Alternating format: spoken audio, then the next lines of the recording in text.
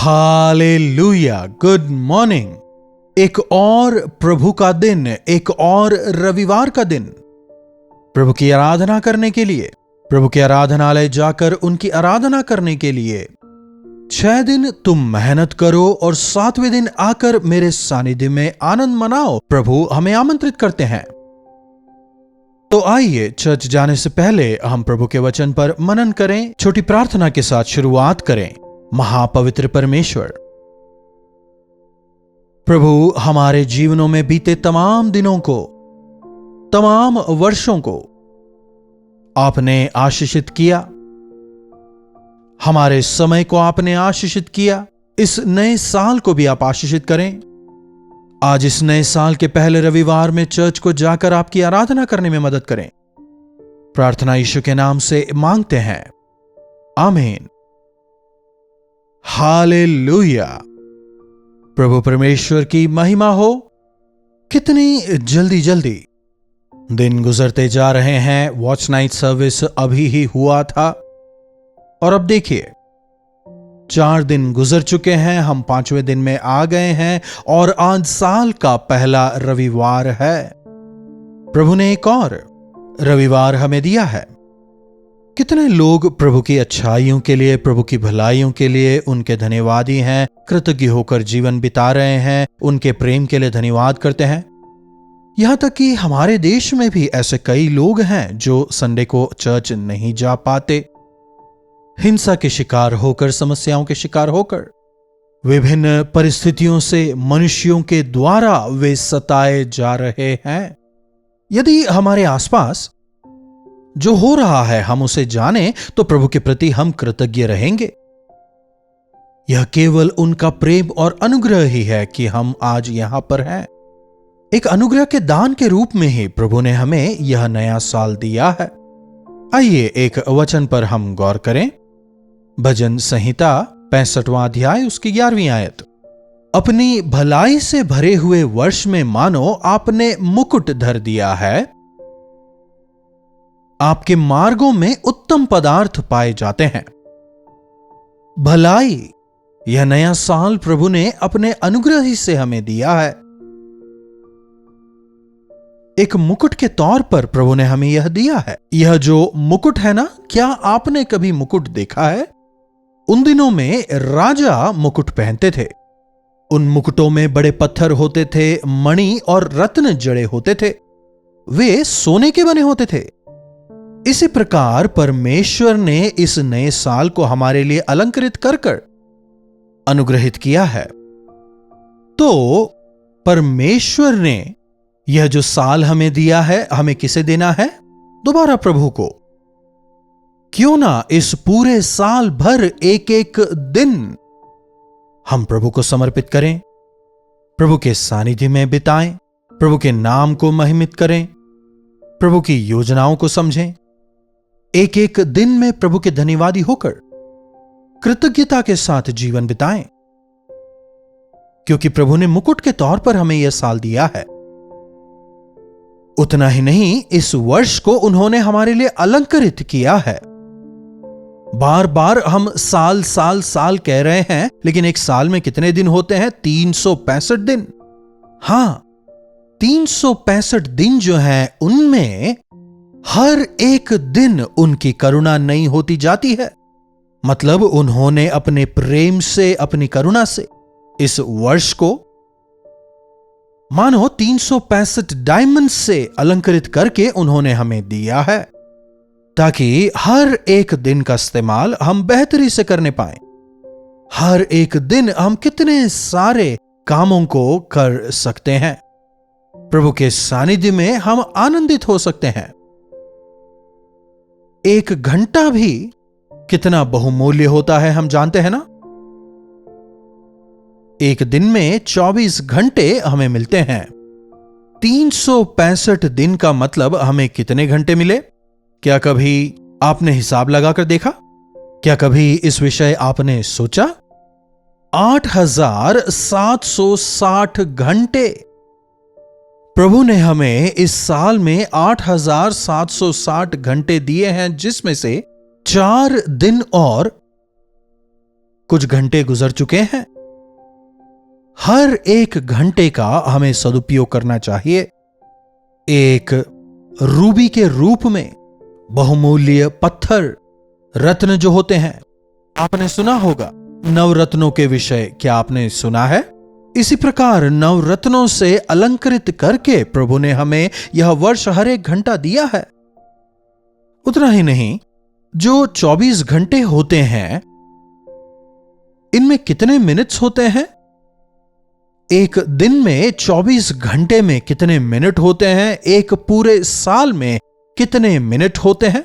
3760 घंटे हैं।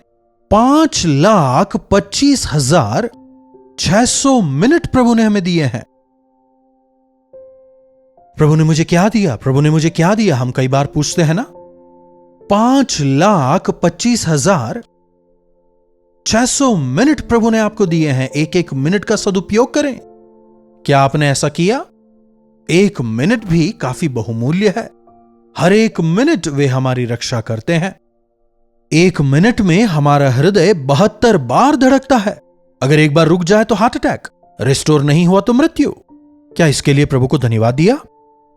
आपकी आयु क्या है मैं तो नहीं जानता, लेकिन आपके जन्म के साथ साथ तब से लेकर आज तक आपका हृदय बिना रुके धड़क रहा है। क्या इसके लिए आपको प्रभु का धन्यवाद नहीं करना चाहिए?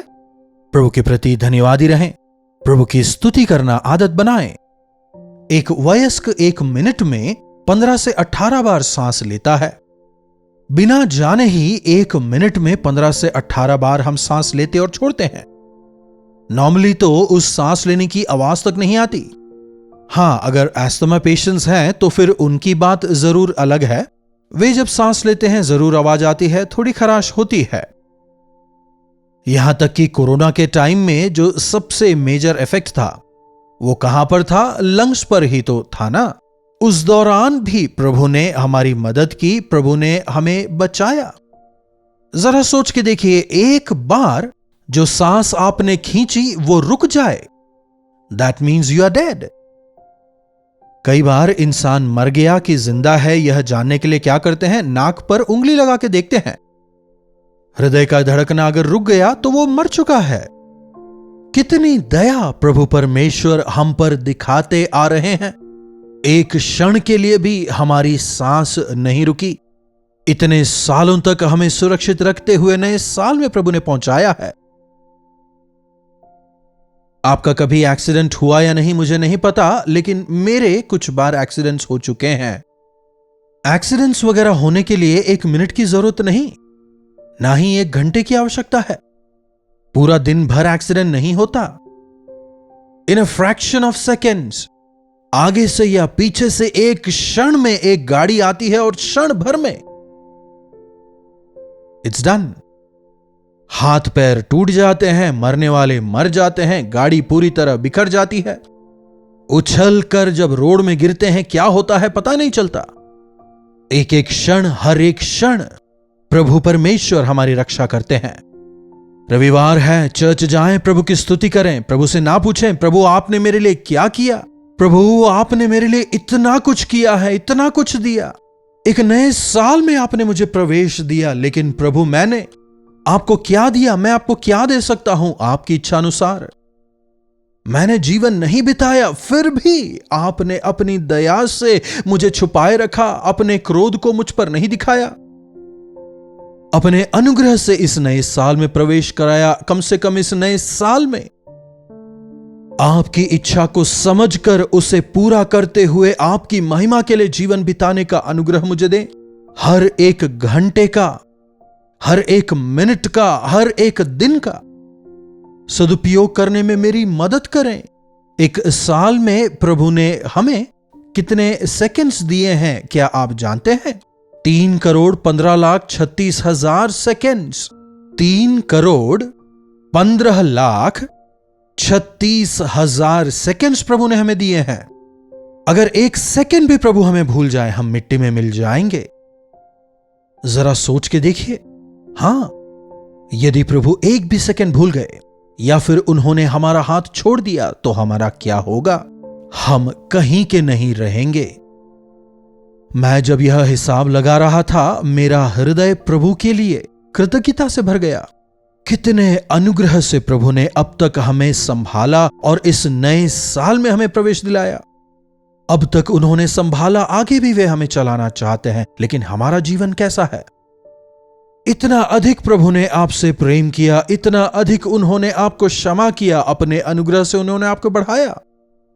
लेकिन आपने क्या किया? बार बार बार बार आप प्रभु के प्रेम को भूलते गए, आपने उनका तिरस्कार किया, अपने समय का आपने दुरुपयोग किया, अपने शरीर को प्रभु को समर्पित करने के बजाय अपनी इच्छा के लिए आप उसका इस्तेमाल करते आए। मूर्ख की नाई अपने समय को बर्बाद मत करो, लेकिन बुद्धिमान की तरह अपने समय का सदुपयोग तुम करो। मैं मानता हूं एक एक क्षण जो हम प्रभु के सानिध्य में गुजारते हैं एक इन्वेस्टमेंट की तरह है, और एक एक क्षण, एक एक मिनट जो हम इस संसार के लिए गुजारते हैं वो जा चुका है, इट्स ओवर। उसका हमें कोई प्रतिफल नहीं मिलने वाला, उसका अंत यही हो चुका है। लेकिन एक एक क्षण जो आपने प्रभु के लिए बिताया है, आप स्वर्ग में अपने लिए खजाने को डिपॉजिट कर रहे हैं। हर एक कष्ट जो आप प्रभु के नाम से उठाते हैं, ना केवल धरती पर स्वर्ग में भी प्रतिफल पाएंगे। हर एक घड़ी जो हम प्रभु के साथ गुजारते हैं, वो हमारे जीवन में शांति, तसल्ली, खुशी, आनंद, भलाई को देता है। आपने देखा होगा कई जो लोग होते हैं वो जवानी में ही या फिर अपनी कम उम्र में ही वे लोग विभिन्न बीमारियों के शिकार हो जाते हैं, अस्वस्थ हो जाते हैं। कई लोग तो अपनी जवानी में ही समय असमय ही चल बसते हैं। इसमें कोई दो राय नहीं कि असमय चले जाना खासकर परिवार के लिए दुखद होता है। लेकिन आज कई नौजवान अपने जीवन के मोल को नहीं समझते।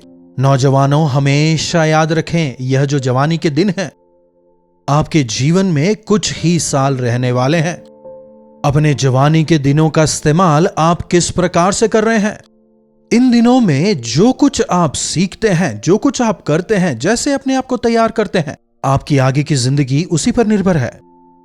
परमेश्वर के इस अनुग्रह के मुकुट को, इस नए साल को बर्बाद ना करते हुए, प्रभु परमेश्वर की इच्छा को समझते हुए, उनकी इच्छा की पूर्ति के लिए अपने आप को हमें उन्हें समर्पित करना है।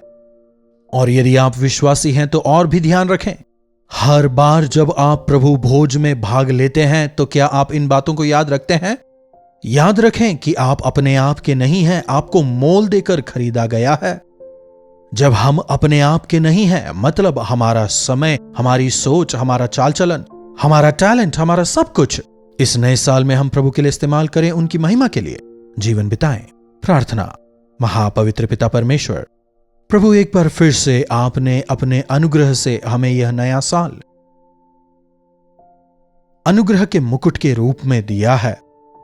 प्रभु, इतना कीमती और बहुमूल्य यह जीवन आपने हमें दिया है, जिसकी तुलना ना किसी धन दौलत से, सोने चांदी से, बहुमूल्य रत्नों से या संसार की किसी भी और चीज से की जा सकती है। प्रभु, यह केवल आपका अनुग्रह है। प्रभु, आपके इस अनुग्रह के मुकुट के मूल्य को समझकर, संपूर्ण समर्पण के साथ आपके प्रति कृतज्ञ होकर, धन्यवादी होकर जीवन का एक एक क्षण बिताने में हमारी मदद करें, इसका सदुपयोग करने में हमारी मदद करें। आराधनालय जाकर आपके अन्य संतानों के साथ मिलकर आपकी आराधना करते हुए आपके सानिध्य में समय गुजारने में हमारी मदद करें। प्रार्थना यीशु के नाम से मांगते हैं, आमीन। अब पिता परमेश्वर का प्रेम, प्रभु यीशु मसीह का अनुग्रह और पवित्र आत्मा की संगति और सहभागिता हमें से प्रत्येक के साथ आज, कल और सदा सर्वदा बनी रहे, आमीन। प्रभु परमेश्वर की महिमा हो। अपने प्रार्थना विषयों को आप हमें 9884907779 पर व्हाट्सएप या फिर वॉइस मैसेज या टेक्स्ट के द्वारा भेज सकते हैं। हम अवश्य आपके लिए प्रार्थना करेंगे। आप भी विश्वास के साथ लगातार प्रार्थना करें, प्रभु अपने समय पर अवश्य चमत्कार करेंगे। इन्हीं वचनों के साथ मैं विदा लेना चाहूंगा। प्रभु आप सबों को आशीष दें।